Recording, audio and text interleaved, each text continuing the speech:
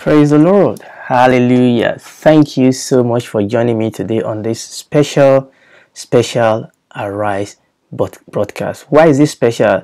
It's because today is our 100th episode of our Bible series, and I just thought that we should use this as a special broadcast just to thank God for granting us the grace to come this far, because it has been the grace of God that has helped us this far. I just want to take time to go down memory lane and just do a review, but not just for the sake of review. It's also so that we can, number one, give thanks to God for his goodness and his mercy and his kindness over our life. Number two, so that we can also be comforted, we can be encouraged, and number three, so that we can look forward as to where do we go from here. So how did I come to be on the platform of Arise broadcast? We have to go back and back actually to May last year. You know what happened? Early part of 2020, COVID hit and church were locked down. Even though there was increased need to feed the church, even though there was increased need for the church to be encouraged, unfortunately people could not go to church. The church was locked down. People were told to stay away in their home, and obviously many churches started having church online. Churches become virtual meeting, and that was when Pastor Kunle and Deaconess started what was then referred to as the night broadcast. In other words, in addition to doing their regular church services online on Tuesdays, which was the Bible study, Thursdays, which was the prayer meeting, and Sunday, which was the Sunday service. In addition to doing that, they were also doing this night broadcast. It was called then. Now we don't call it night broadcast again. We now call it Arise broadcast. But it was called night broadcast those days. So in addition to their regular services, they started the night broadcast. And that was to feed the church, to encourage the people of God, because there was such a need for people to be encouraged during those periods. I mean, it was not easy for them to do it. It was financially demanding. It took time. It took effort. So they were doing that, doing the night broadcast. They were also doing some online prayer meeting with a group of people.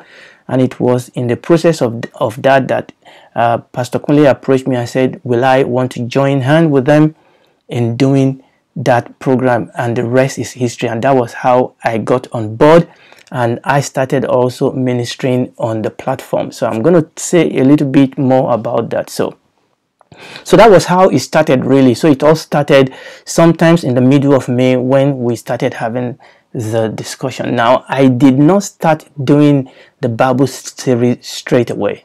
I did not.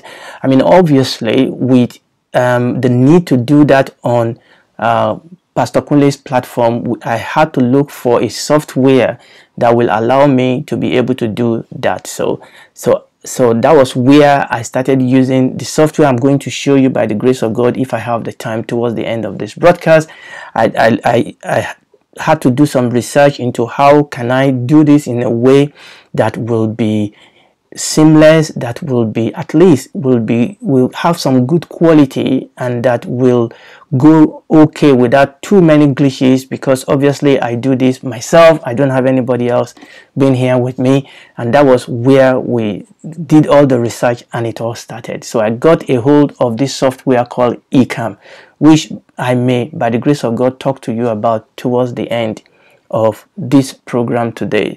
So what I then did is, so we decided that I'm going to start. So what I then did is that I actually had about 4 series of teaching that I did before I started the Bible series. So the first teaching I did on the night broadcast platform was on the 28th of May 2020, and then I spoke about, it was an exhortation on Mark chapter 4. I spoke about faith and fear, because there was so much fear, there was so much discouragement, so much uncertainty in those days. So many people did not know what is it about COVID. There were not too many information, particularly in developing country. So many things were not clear about this. People were so afraid. Everybody going to die. What is the problem? And that was the first teaching I did on the platform of the night broadcast on the 28th of May, talking about faith and fear, the fact that Jesus is in the boat. okay, that Jesus is in the boat. We must focus on him. We must look on him. The people in the boat said, what manner of man is this? Even wind and waves obey him. The Lord Jesus turned to them and said, why are you so afraid? Why do you have so little faith? Okay, and we begin to encourage ourselves to focus on the Lord even as we are passing through that valley of shadow of death. And the next one I did was on the 30th, just 2 days after. Again, some of this I was just trying my hand on this new software, which was new to me. It was not something I've been used to. Yes, obviously, I run Maranatha Teaching Channel, but I've not been doing live broadcasts up till that point in time. All I used to do is sit down in front of my phone, record and upload. So that was the first time I'm beginning to do live broadcast. So I was learning on the job myself. So the second one I did was titled Forgiveness, and I thank God because that has been a blessing to so many people. So we'll look at what the Bible says about forgiveness. Okay, the fact that forgiveness means to let go, to open the gate and let the bird fly away. And I really received quite a number of feedback how that has blessed a lot of people. Again, that was important for us to talk about because there was, in the middle of the COVID at that time, there were so many people that were offended. There were so many offense flowing around, and there was need for us to talk about forgiveness, because unforgiveness is one of the thief of the blessing of God in our lives. So that was on the 30th of May. And also, I think I did another one on the 31st. After the 30th of May, I believe I did another one that I call More Than a Miracle. Yes, I did another one called More Than a Miracle. I think that was 31st of May. Yes, I think that was the very next day after the one on forgiveness. I did that one called More Than a Miracle. And finally, I did one on the 1st of June called I Will Not Be Afraid. So those were the first 4 teaching that I did on the platform of night broadcast. Remember, we now call it Arise broadcast. So Faith and Fear, Forgiveness, More Than Miracle, and I Will Not Be Afraid. And those were done, number one, to encourage, because of the need in the house to encourage people and just to encourage them to focus on the Lord. And finally, the first teaching that we did on the Bible, which is what we are dealing with here. The first teaching that I actually did on the Bible series was broadcasted on the 4th of June 2020. So that was the first in this series. Now this is the 100th in that series. So that was how it all started. On that fateful day, we started the series on the Bible. Pastor Kunle was encouraging people. It was building people's faith to just take hold on God, believe God. Deacon Yemi was talking about family and marriage, and I just thought, let me bring teaching into that mix. So, and that was how I started talking about the Bible, essentially. Now, I teach in a Bible school, and I teach a series on bibliology, and this teaching that I did on the platform of Arise was based on my outline that I used for my Bible school. It was much more expanded because we have more time, and obviously this has been going on now for over a year. So, but that was the basis. That was the basis I used, and by the grace of God, as the Lord opened my mind to see other things, to minister other things, and we started ministry. So that was when it all started, on the 4th of June 2020. So what I'm going to do is just run through various sections. No, I'm not taking you through all the 99 teaching that we've done. No, we're not going to do that. So what I'm going to do essentially is to take you through various sessions that we have done so far, just an highlight to see where we started from, where we are, and where we are going. The first part 1 that we did was this, and I want to put that on the screen for you. This was the first one that we did by the grace of God, and this one was when we talk about the 6 terms that was used for the Bible, the 6 terms that was used for the Bible, and we talk about the Bible, the Scripture, Testament, the Word of God, the Oracle of God, the Law, and the Prophet. So that was the first teaching we did on this series on the Bible. 6 terms that were used for the Bible as a book. okay, and we learn what that brings to the table, what that helps us to know, what that helps us to grasp about the Bible. For example, the Bible, which is the first word we use for the Bible means a book. What does that tell us? That the Bible is a book. The Bible is called the scripture, the testament, the word of God, the oracle of God, the law and the prophet. And we went through all those systems to see what that tells us about the Bible. Again, if you've not had any one of those things, they are on the platform of Pastor Kunle's platform. In fact, let me say this, and I may actually come back to this. Now, obviously, we are now on the 100th episode of this teaching. I have just couple of months ago now started releasing this on my own platform. That is Maranatha Teaching Channel. That is my platform, my teaching platform on YouTube. You need to understand that this series was primarily done for Arise broadcast. Okay, I was not actually broadcasting this on my own channel. I could have done that, but it was primarily done, and I really thank God for this opportunity God gave me and for the grace God gave Pastor Kunle and Deaconess Yemi to invite me to be part of this. So it was primarily and essentially done for the night broadcast, or now Arise broadcast platform. So I've just started releasing this on my platform, and what I'm doing now is that I'm actually editing it, because some of them are really very, very long. So I'm now editing them and putting them on my own platform. So I think I've just shared part 30, even though we are in part 100, and I'm sharing it twice a week also on my own platform now, and I've just shared episode 30. So I really thank God, and this is where it all started. So that was the first teaching that we did on Arise broadcast, and then what we then did for episode 2 to 4. So for 3 episodes, we then started talking about 6 terms that describe the revealed truth of the word of God that we see in the book of Psalm. In the book of Psalm 19 verses 7 to 9. Psalm 19 verses 7 to 9. We saw that the word of God is called the law of the Lord, the testimony of the Lord, the statutes of the Lord, the commandment of the Lord, the fear of the Lord, the judgment of the Lord. So that was what we then did for the next 3 teaching. So part 1 was those 6 words that were used for the Bible, and part 2 to 4 was looking through this Psalm, these 3 verses in the book of Psalm 19, the law of the Lord. And we went through that, and that actually described for us the revealed truth of the word of God. It tells us what the word of God is all about.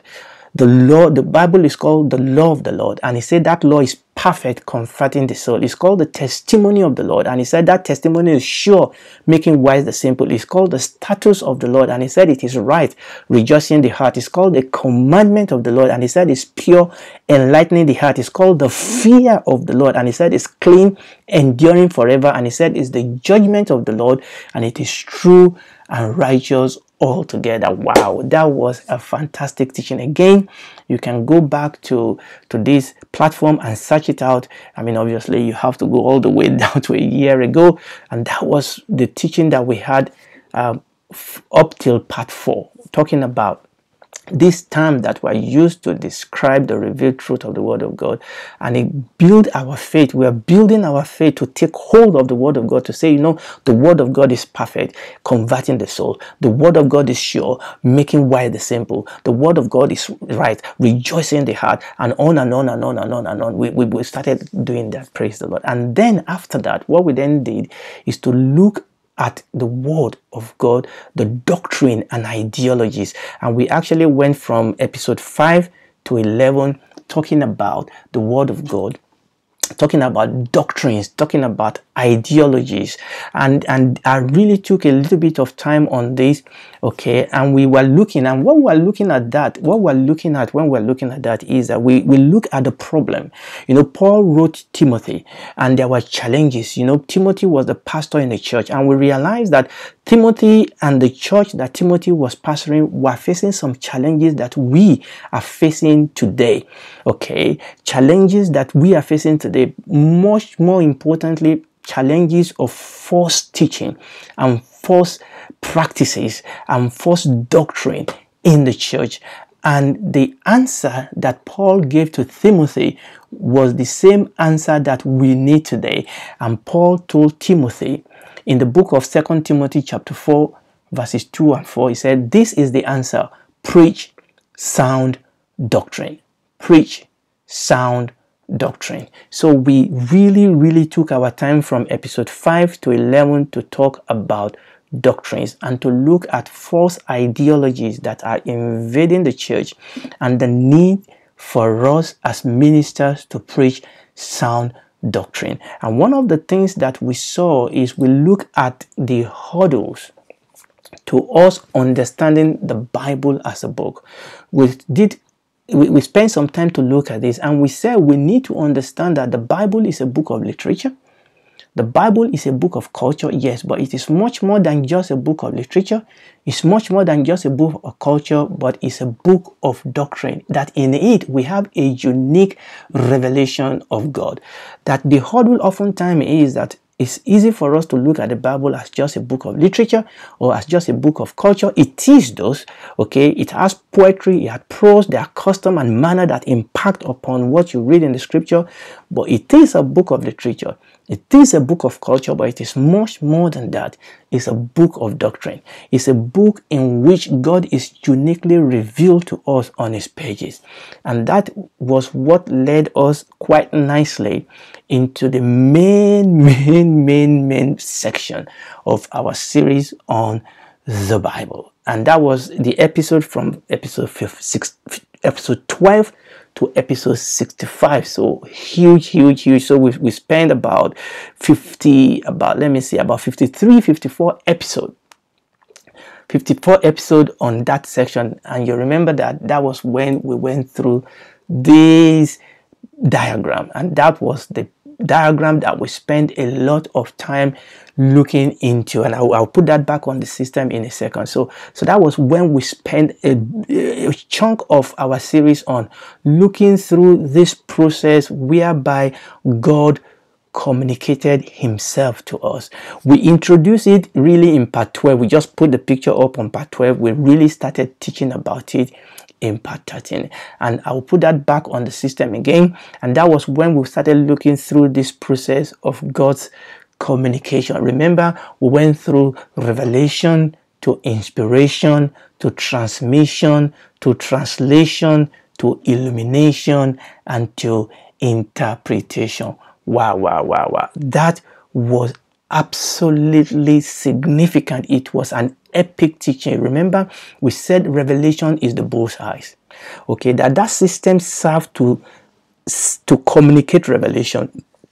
That system served to actually protect and communicate revelation. Revelation is the bullseye, is the revelation of God himself. God, the heart of the Bible is the revelation of God.